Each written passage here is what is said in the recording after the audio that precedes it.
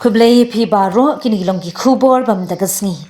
Mano bala bantip balai bat naganu kadau ka kelam ka executive committee jong ubahati tas Tarwil Khan.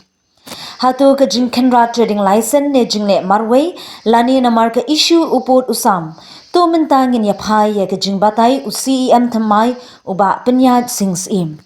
Kamat ka baningkong jong u Chief Executive Member CEM ba thamai ka KHADC ba penyat sings im kalong ba umaham ting persya ya kitu ki bar JYLLA ki ba KHAÍì be an claim ka trading license hapo uput usam jong ka council ong uba penyat. Uba penyat sings im ubu jing maham ke bating syakibar JYLLA ba kimdei ban kmi lenti bakila ban penyat iki kam KHAÍì jongki hapo uput usam ka council claim ka trading license ladalap bale persya on kerdep iki dukan babean pensngo uba penyat sings im. Ka KHADC kanyai beteng ban talasi persya ya ka jing KHAÍì bean katkum ki kendon jong ka trading by Non-Tribal Regulation Act. Ula ongru bagi nong thau jong gani kaan kilawan ra ya ki kendon ki baklan banyada ya ka kamai ka kaji bat ka jakpo jong ki try pat rulum ka JYLLA. Uni UCEM bathamai ula ong ba ka executive committee kan sashim ya ka rai ba khaddu la kan dang ai trading license ne em syakitu ki balapha ya ki application. Haga juk kapor uba penyat ula pentip bagane ka executive bathamai banum ai NOC satya na ka benta banchna lentiral harilum khasi bat ong ka nonglim jongi klashai bha halor kani ka kam. La ban kedau hang ni baki kenhun seng balang bapher kila persya ia ke jingwan ra lentiral JYLLA kat ba kampat don ka an ka bante perking ia ke jingrung kerthep ki bar JYLLA syapo ke JYLLA. Ya ka lentiral hi ka nongrim jongi klashai kedar bangin nom ai NOC. Trading by Non-Tribal Regulation Act bantiak lakam yang kata kajing tumu hi kalong ba kinong seng ni kanika hakap tu ka puar baki wanra ini ka bill ka act kajing tumu hi kalong ba kumno baki bril jungi ki balala ban sengkam sengjam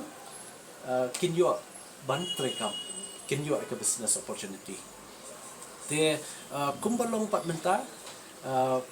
ki babun let's see ki balawan ban yakran syapang ka trading license let's say ban I application kumni kumtai ban renew ya kata let's see ngintir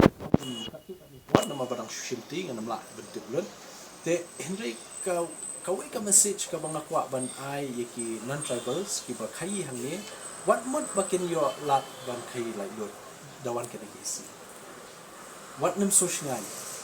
ya ka kamram ka bla ai bor hangi ban lek ban khanra ban check min yat be te but yiki bam itu this council